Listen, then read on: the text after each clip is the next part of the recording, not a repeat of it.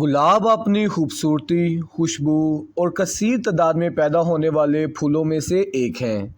मेरे इस गुलाब के पौधे की एज 5 साल है और आप इस पर फ्लावरिंग को देख सकते हैं। आप भी अपने गुलाब के पौधे से इस तरह फ्लावरिंग हासिल कर सकते हैं।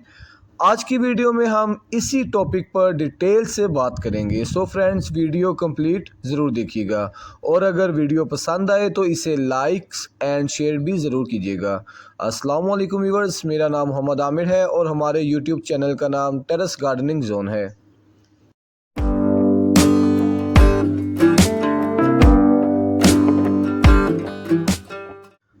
फ्रेंड्स, अभी आप देख सकते हैं मेरे इस गुलाब के पौधे पर 50 से ज़्यादा बर्ड्स यानी कलियां खिली हुई हैं और इसकी वजह सिर्फ चंद एहतियातें हैं, यानी मुनासिब सूरज की रोशनी, पानी, खाद और प्रूनिंग वगैरह।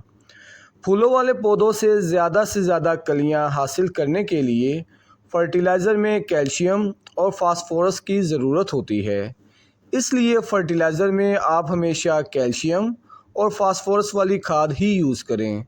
अंडे के छिलके कैल्शियम से भरपूर होते हैं जो कसीर तादाद में सेहतमंद फूलों की पैदावार को बढ़ाने में मददगार होते हैं।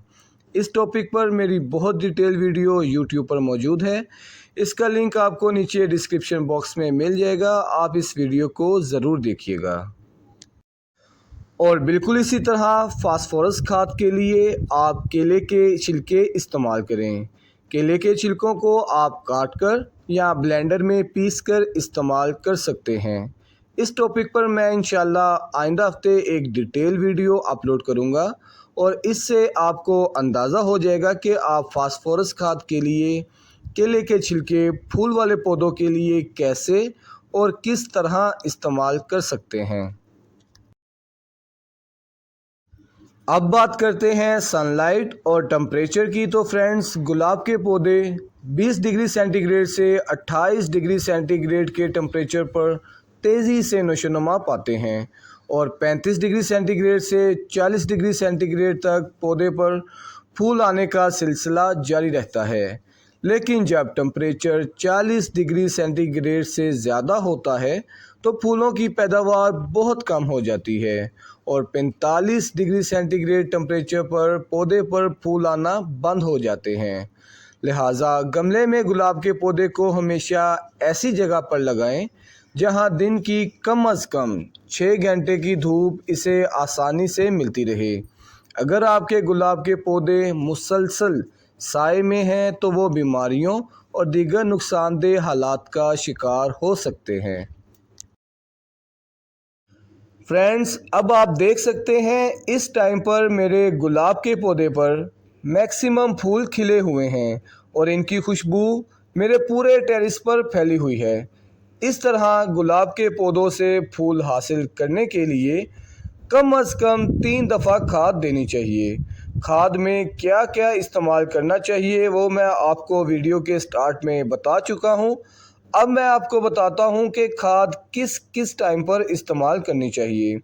तो फ्रेंड्स, पहली दफ़ा खाद का इस्तेमाल मौसम बहार के आगाज़ में करें और बिल्कुल इसी तरह दूसरी दफ़ा खाद जून में और तीसरी दफ़ा खाद जुलाई के महीने में इस्तेमाल करें। और जब आपके पौधों पर इस तरह फ्लावरिंग हो रही हो तो उस टाइम पानी का ख़ास ख्याल रखें। अगर पानी आप मिकदार में कम देंगे तो पौधे पर फूल जल्द सूख जाएंगे। तमाम पौधों को भरने के लिए कुछ मिकदार में पानी की भी ज़रूरत होती है। गमले में गुलाब के पौधों की मिट्टी को हमेशा नम रखें। इसके लिए गर्मियों में रेगुलर वाटरिंग करें और सर्दियों में ऊपर की मिट्टी खुश्क होने पर ही पानी दें। अब बात करते हैं आज की वीडियो के मेन टॉपिक पर कि एक दफ़ा इस तरह फ्लावरिंग होने के बाद दोबारा गुलाब के पौधे से ज़्यादा फ्लावरिंग के लिए क्या करें। तो फ्रेंड्स, इसका बहुत ही आसान हल है कि आप अपने पौधे की प्रूनिंग करें। इस टाइम पर मेरे गुलाब के पौधे की तमाम कलियां खिल चुकी हैं। आप सबसे पहले फूल खिलने के बाद जो सीड्स को पौधे पर रह जाते हैं इन्हें काट दें। इसके बाद हर ब्रांच को शुरू से थोड़ा थोड़ा प्रोन करें, क्योंकि प्रोनिंग होने के बाद वहीं से ही नई शूट्स डेवलप होती हैं और हमेशा नई शूट्स पर ही फ्लावरिंग होती है। आमतौर पर गुलाब के पौधे की प्रोनिंग हमेशा मौसम बहार के शुरू में की जानी चाहिए। इससे पूरे मौसम में फूलों की पैदावार जारी रखने में मदद मिलती है। बीमार और मुर्दा शाखों को बिल्कुल ख़त्म कर दें और कट हमेशा 45 डिग्री के एंगल पर ही लगाएं। पौधे की ऊपर से प्रूनिंग के साथ साथ इसकी नीचे गमले की मिट्टी में मौजूद फालतू जड़ी बूटियों और घास वगैरह को भी ख़त्म कर दें।